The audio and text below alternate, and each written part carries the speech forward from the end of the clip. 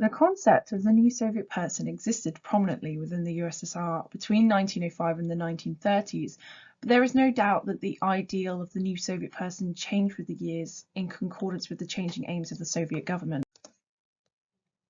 During the very early 1900s, approximately between 1905 and 1921, the new Soviet person was someone young, healthy, preferably male, and devoted to a workers' revolution by any means necessary. Thus, they were willing to use violence to overthrow the Tsarist regime, but also imbued with a need to educate themselves and others, and generally full of selflessness. Maxim Gorky's mother is a perfect example of this kind of new Soviet person, as the main protagonist of the novel, Pavel, seems to harbour all of these characteristics. His willingness to stand up to his abusive father, remarking, "I am not going to give myself up anymore," ending a cycle of abuse that has gone on for generations, reflecting the kind of abuses that workers and peasants had suffered under the Tsarist rule. Pavel also began to bring books home with him, would go to the city and the theatre, and when asked what his plans were, Pavel said he wished to study and then teach others. He said, "We working men must study."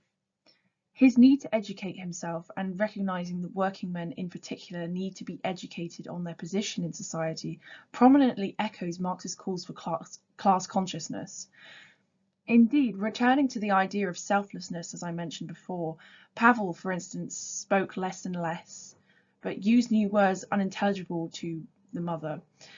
His attendance at parties became less and less frequent, and when he did go out, he always returned home sober. He was willing to give up years of his life for an isolated education that he gave himself, which for someone his age would have been a considerable sacrifice. This was the vision that the Bolsheviks had for the new generation, a different generation of new Soviet people who would pave the way to communism. The need for this kind of sacrifice and revolutionary fervour was needed for the years of the Civil War, when it was young men in particular that were required for the fighting and for suppressing the last bouts of White Army resistance. During the 1920s, once this threat had passed, it then became the ideal to be a young working person who exhibited mainly masculine characteristics, who had left behind their revolutionary passions in order to pursue a life of hard work, cleanliness, education, and for some a solidified national identity. However, there were also efforts within the non-Christian areas of the Soviet Union to eliminate the impact of religion, particularly through unveiling campaigns, on the existing divide between Soviet men and women, for men and women to be equal in all parts of the USSR. This decade was also characterized by a rise in the idea of class enemies and increased persecution of kulaks, who embodied everything that the new Soviet person was not: greedy, anti-Bolshevik, and a traitor to the collectivism project of the latter part of the decade. As Anne Gorsuch claims, youth during the Civil War were supposed to be the spearheads of the revolution,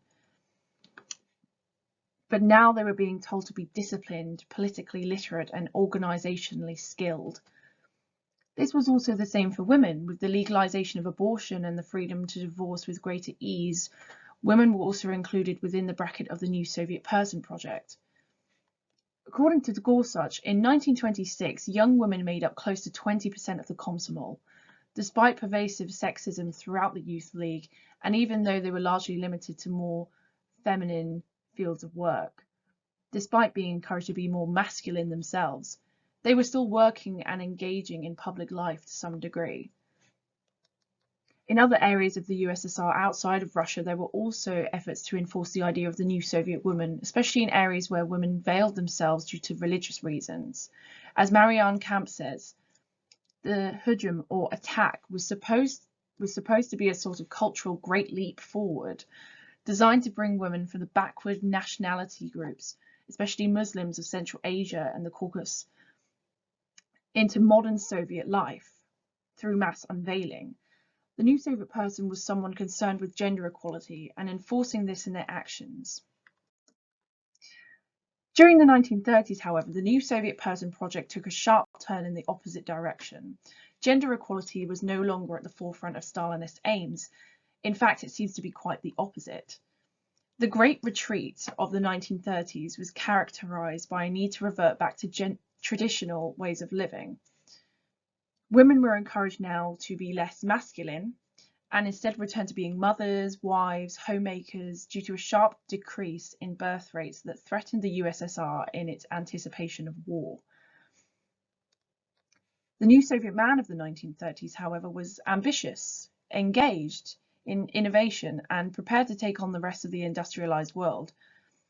Through the idealization of Soviet pilots and the centering of Stalin as a paternal figure to Soviet advancements, it is made evident that the new Soviet person would follow first in the steps of role models to the masses and then forge a new path in the same shared socialist vision.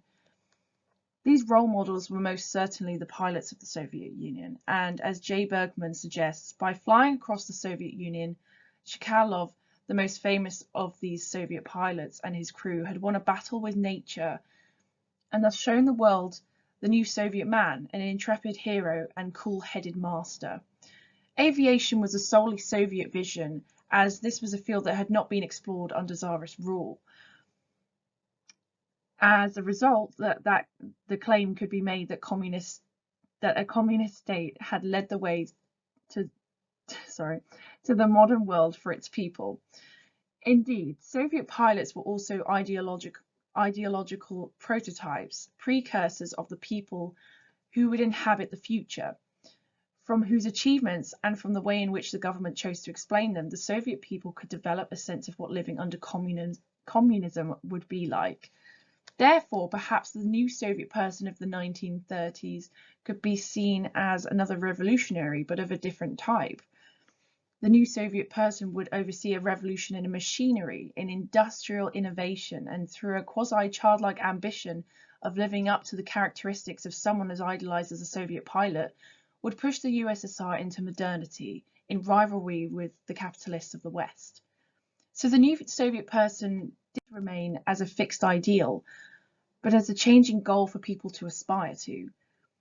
From the revolutionary ideals of the early 1900s, to the civil war between 1917 and 1921, to the gender-based aims of the 20s, the Great Retreat of the 30s, the circumstances that the USSR contended with changed the face of the new Soviet person repeatedly.